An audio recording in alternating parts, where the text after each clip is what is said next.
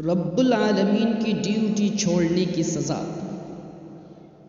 یوں سمجھیے کہ ایک شخص سے بادشاہ نے کہا کہ تم ہر وقت ہمارے دربار میں حاضری دیا کرو۔ اس نے کہا کہ میرے بال بچے ہیں، ان کی تربیت و خدمت میرے ذمے ہے، ان کو کس طرح ہم وقت چھوڑ سکتا ہوں؟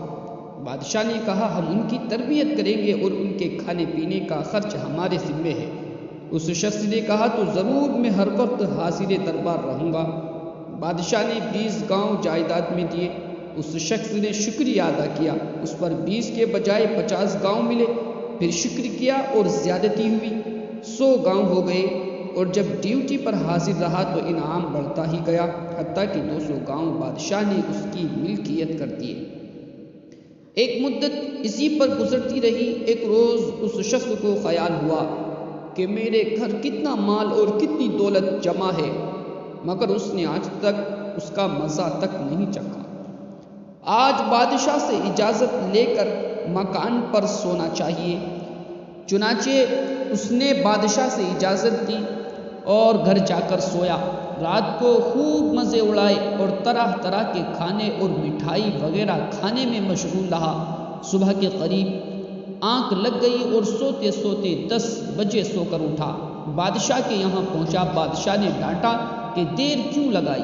اس پر اس شخص نے معافی مانگی اور کہا کہ جناب اب ایسا نہ ہوگا۔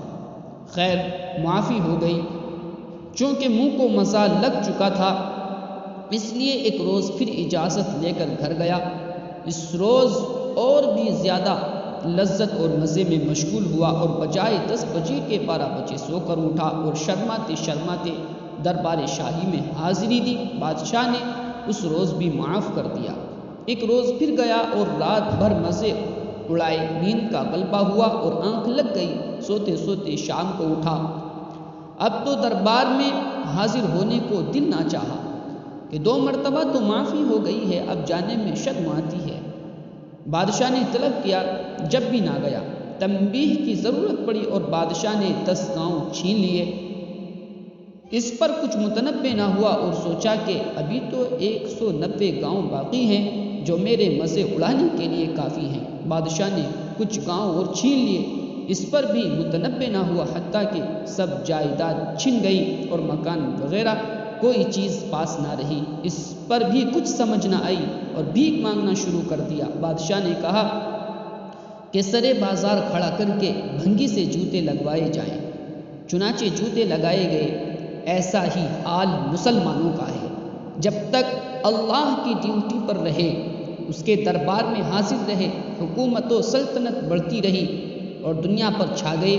جب عیش اڑانے لگے، پہلے ملک گیا، پہلے ملک کا کچھ حصہ ہاتھ سے نکلا، اس پر بھی متنبہ نہ ہوا تو دوسرا حصہ بھی چھین لیا گیا، حتیٰ کہ پوری سلطنت کھو بیٹھے۔ دوسری قومیں ان کو آج ذلیل اور کمزور سمجھنے لگی۔